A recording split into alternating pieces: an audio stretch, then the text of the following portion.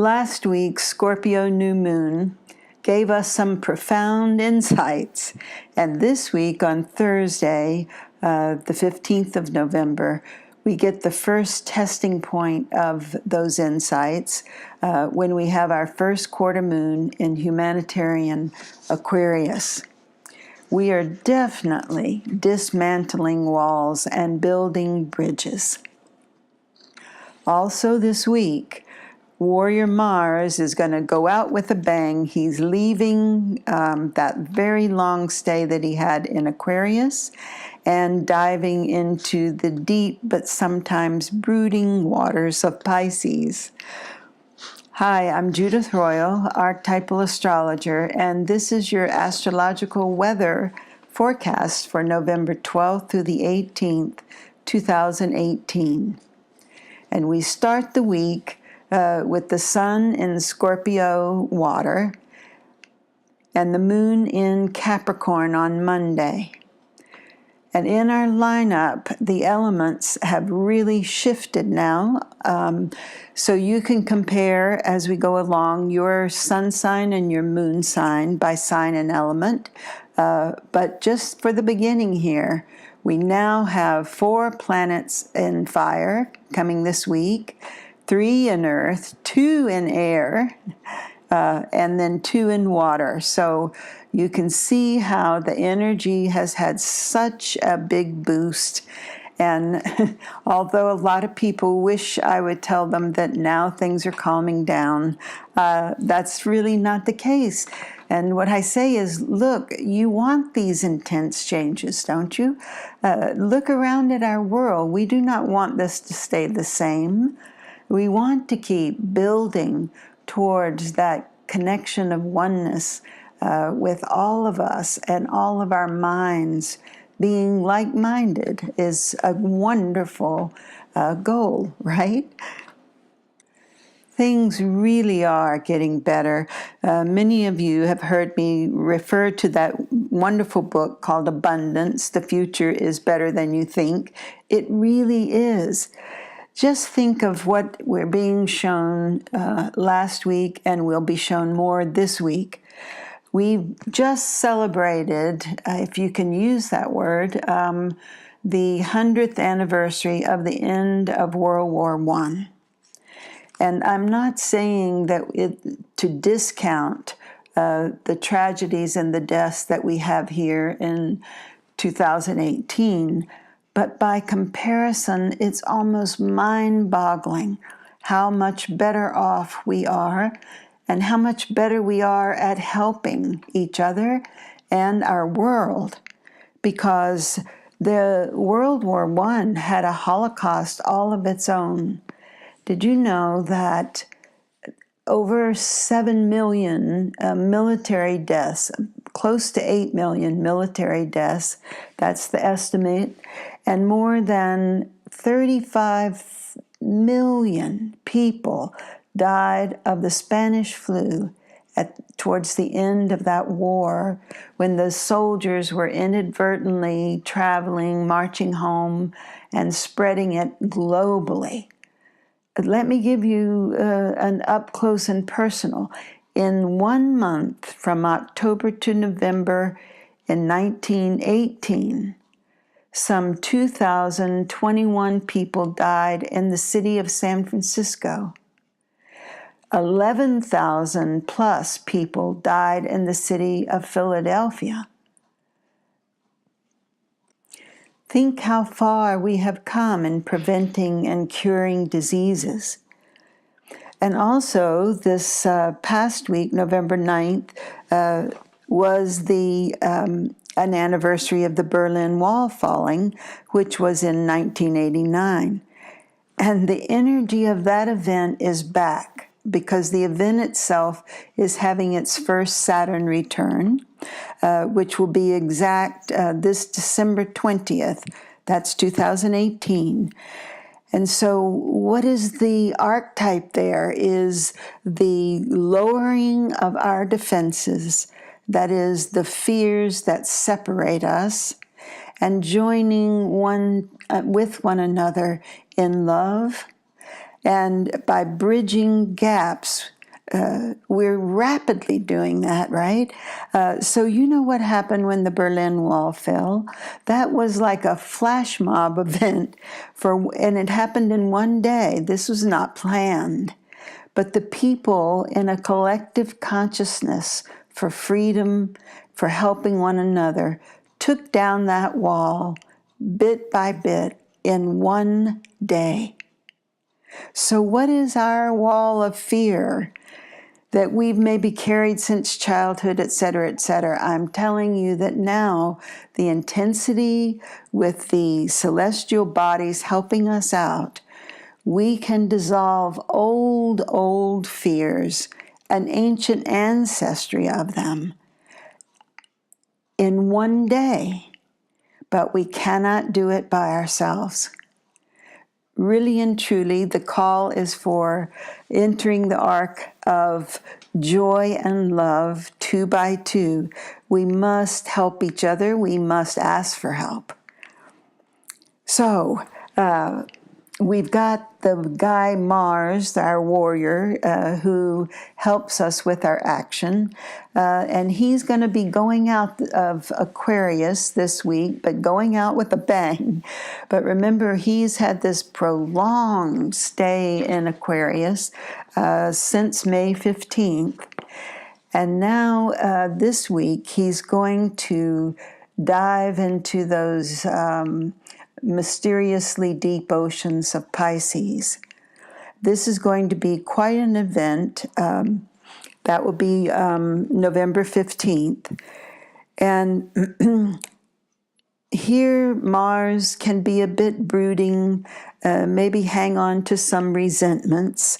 But we're really going to take a look at that when we see them on the world stage, when we see them in ourselves, that more and more the desire for revenge, getting even, is just dissolving as we see the futility of all of that. So Mars in Pisces coming in now, and he's going to be in Pisces until New Year's Day of 2019, so that's easy to remember. And here he is maybe some high sensitivity and maybe a lot of emotionality. And things are going to be working, Mars will be working behind the scenes. He's meanwhile, though, going to maybe conduct some nice choirs, give us some good music, volunteer in some hospitals and institutions, because Mars in Pisces can be the very archetype of paying it forward. So notice that this Thursday, the 15th, the very day of that first quarter moon, which is your call to prune some of the ideas that you've had, to make sure they're in line with what you truly want. So on that same day, we have Mars shifting into the water sign, and the moon will, in the evening, also shift into Pisces water. So around 9 p.m. Pacific time on the 15th, on Thursday, the moon and Mars join together. So even though it's late in the day, it does give us this energy of action, the spiritual warrior, as it were. Thursday is loaded, a very mixed bag, but so is Friday this week. And on Friday, Venus, that lovely goddess of love, right, is in the sign of Libra still. And remember, she's still in a compatible relationship with Mars. So those cosmic lovers are really getting along. So friendships as well as romantic friendships are really still blessed and in air signs. So Venus turns direct. She's been retrograde on Thursday, but guess what? On the same day, Mercury turns retrograde. So very interesting shifts this week. And retrograde Mercury is in the sign of fiery Sagittarius. So those fire signs out there, remember we already have Jupiter now in fire. We have Uranus retrograde in Aries fire. And we have Messenger Mercury in Sagittarius fire going retrograde. Messenger Mercury will be retrograde until December the 6th, but he won't return to his starting place in Sagittarius fire until December 12th. But here's what I find absolutely fascinating for us about that. Mercury is doing that at 13 degrees of Sagittarius, and that is an exact square to Neptune in Pisces at 13 degrees. In other words, for 5 days, November 14th to the 19th, there is a running square between Mercury and Neptune. And I don't really want to get this political, but you just can't miss this incredible synchronicity, because that square is the very downfall in Trump's astrological chart. And what is that? I've named that sort of unintentional unreliability. It's as if the unconscious mind, so out of touch with the conscious mind, just spills over. And so communications are really just totally too subjective. And there is ability for insight, but there's just difficulty when it comes to anything confidential or secret without meaning to. All kinds of confidential information gets disclosed. So notice that in yourself this week and in the events around you. This can also be a very cunning and underhanded use of insights. So at the very least, we're going to feel like a bunch of absent-minded professors. So, noticing your own sun and moon, Monday the 12th, we had that moon in Capricorn, and Monday is going to take us into some intensity of emotion that we would really all rather not have on a Monday morning, but we're definitely going to have it this Monday. So, keep the faith. That is really what saves us all. The faith and love. And don't buy into the fear. On the 13th, Tuesday, believe it or not, Tuesday is going to be relatively calm, even though that's traditionally Mars' active day. And also on Wednesday, the day for great communications.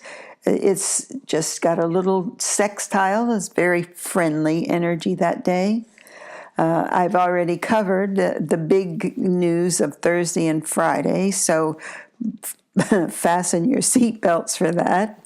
And then Saturday, the moon will be in Pisces and run into Neptune in Pisces. So this is a day of,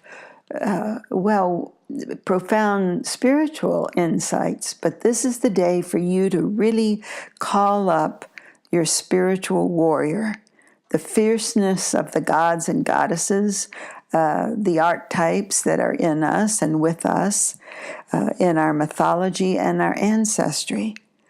And then on the 18th, Sunday, we have a lovely, lovely thing. The moon moves into Aries fire around breakfast on the Pacific coast.